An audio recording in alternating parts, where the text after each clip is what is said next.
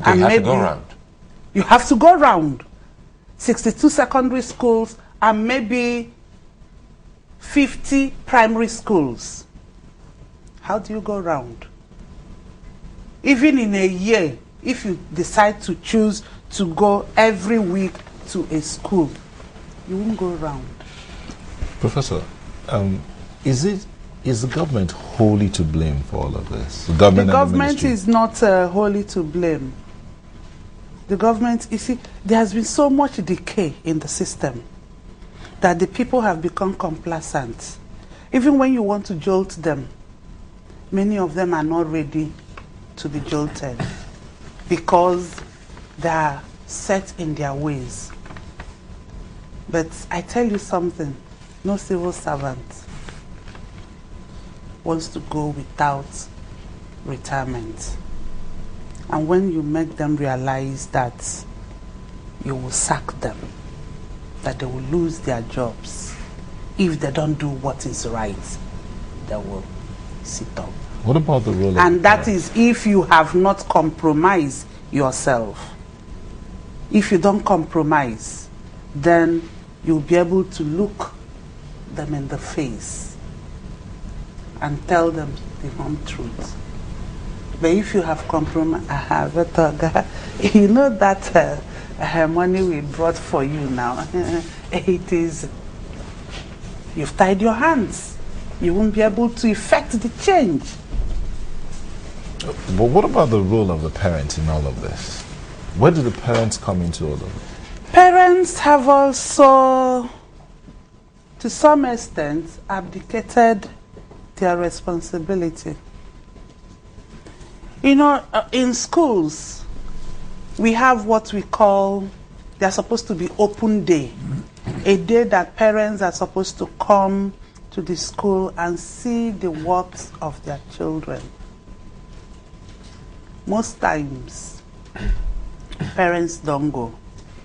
And in few cases, very, very few cases, do you see mother and father going to look at the work of their children. My dear, go and see what is happening in the school. You know, I'm very busy. The man telling the wife. And if there's failure, is your child. But when the child is doing well, is the father's child. Parents must take active role in what, they should be interested in what is happening. Because the system needs some checks. And if you don't go and ask questions, you won't know what is happening. They are trained for it. Yes, they are trained for it. But get enlightened on what they are trained for. Because when your child gets home, there are certain things your child is expected to do at home. You have to find out. When they give your child homework, are you part of it? Do you know what to do?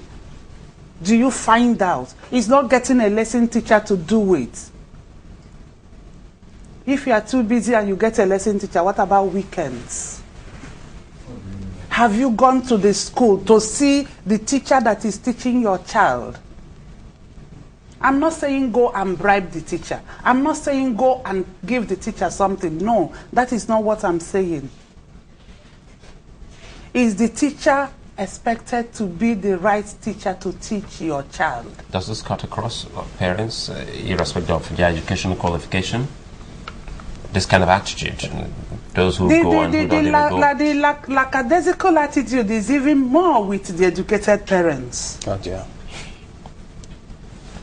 Because they feel, I'm busy, I've paid the fees, what else do they? It is their duty, they should do it. But it is your child. It's a tripod, parents, teachers, and the students. Well, because whatever they start in the school should continue at home. And whatever is happening at home will also impact on what is happening in the school. So there must be a synergy between the school and the home. And the child is the person in the middle of it all. Can there be any such thing as a short-term stopgap measure to begin to address these problems? The academy. What would they be? Number one, we have to first of all, I still go back, tell ourselves the truth, and have the willpower to take decisions that will shock some people, that will jolt some people. First, we have to ensure that there's proper recruitment of teachers. We have to. Most schools in most states don't have the full complement of teachers in their school system. They don't have.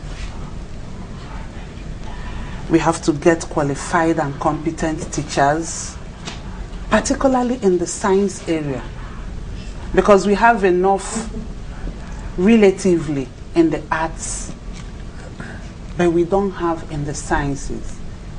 There should be some incentives to attract them. And again, incentives for them to move to the rural areas, because most of them are in the urban areas.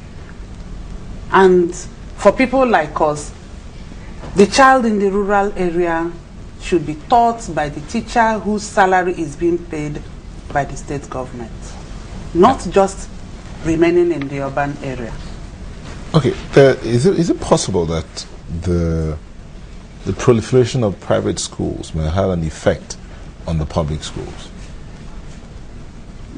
Because it appears government would not fund its schools, but then give licenses to the private individuals to set up their own schools.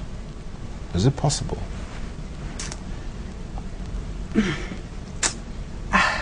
Okay, somehow. But again, you see, it's also very few of the private schools that are actually meeting the right standard. Very few of the private schools. Because many of the private